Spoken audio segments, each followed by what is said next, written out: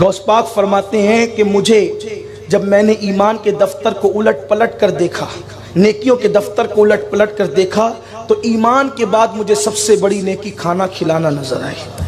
میں اللہ سے دعا کرتا ہوں اللہ مجھے کائنات کی دولت دے تو میں اللہ کی ہر مخلوق کو کھلاؤں، اس لیے کہ کھلانا بڑی نیکی ہے، کیونکہ جو ایک لقمہ کسی بھوکے کو کھلائے، مسلمان کو صرف نہیں بھوکے کو، اس کے اور جہنم کے درمیان 7 پردے گرائے جاتے ہیں، ایک پردے سے دوسرے پردے کا فاصلہ 1000 سال کا ہوتا ہے، یعنی ایک لقمے پر اتنا جہنم سے دور کر دیا جاتا ہے 7000 سال کے فاصلے پر۔ پیٹ بھر کے کھلانے پر کیا ہوگا؟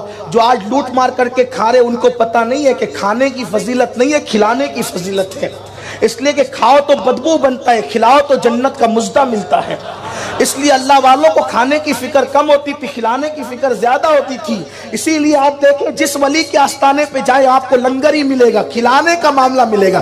غوث پاک کے یہاں لنگر، غریب نواز کے یہاں لنگر، صابر پاک کے یہاں لنگر، اور میرے صابر نے تو یہ شان کی 12 سال بھوکے رہ کر دوسروں کو کھلایا۔ اللہ اکبر! رہ کے فاقے میں غریبوں کو کھلانے والے ایسے ہوتے ہیں محمد کے گھرانے والے۔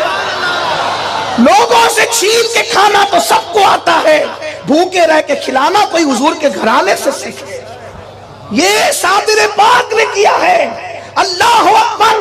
تو غوث پاک یہاں کھانے کی بڑی فراوانی تھی، بہت فراوانی تھی، لنگر تقسیم ہوتے تھے، لوگ کھاتے ہی رہتے تھے، اور لنگر میں بھی چھوٹی موٹی چیز نہیں پکتی تھی۔ یہاں بھی ایک بات تھوڑی کہنا چاہتا ہوں، برا نہیں مانے تو، بیٹے کی شادی میں 80 روپے والے چاول پکتے ہیں، لیکن نیاز کریں تو بولتے ہیں سستے والا چاول ذرا لائیں، اس پہ بھی نیاز ہو جاتی ہے، لیکن آپ آنے والوں کو کیوں دیکھتے ہیں؟ بیٹے کے نام پہ 80 روپے کلے والے چاول لائے، غوث پاک کے نام پہ 20 روپیہ۔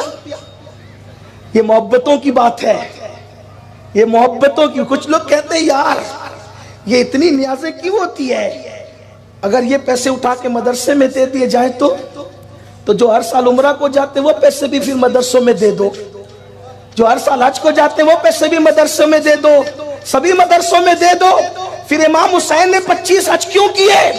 امام آدم نے 55 حج کیوں کیے؟ بات یہ ہے ساری چیزوں کی اپنی اپنی ایک شان ہے۔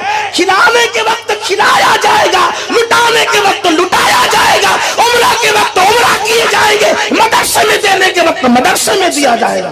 ہم مدرسوں کے مخالف نہیں ہیں، ہم لوگ خود مدرسے چلاتے ہیں الحمدللہ۔ جو ہے سب نیکی کی خوشبو الگ الگ ہے۔ اس لیے اگر آپ کو نیاز کرنے میں تکلیف ہے اور جب آ جاتے ہیں تو چھپتے چھپاتے برابر آ کے کھاتے ہیں، نہیں وہ تو آ گئے تھے ایسے، جب آپ کھاتے نہیں ہیں تو پھر آتے کیوں ہیں؟ اور کچھ لوگ اتنے کٹر ہے، کہتے ہیں نہیں ہم تو فاتحہ کا نہیں کھاتے، ہم کہتے ہیں ہاں ضرور نہیں کھاتے ہو اور نہ کھاؤ گے فاتحہ کا، کہ نہیں وہ دیگ والا کھاتے فاتحہ والا نہیں کھاتے۔ کیوں نہیں کھاتے؟ اللہ کے رسول نے فرمایا جس کھانے پہ بسم اللہ پڑھا جاتا ہے وہ شیطان پہ حرام ہو جاتا ہے۔ ارے ایک بسم اللہ پڑھی تو شیطان نہیں کھا سکتا، چاروں کل پڑھی۔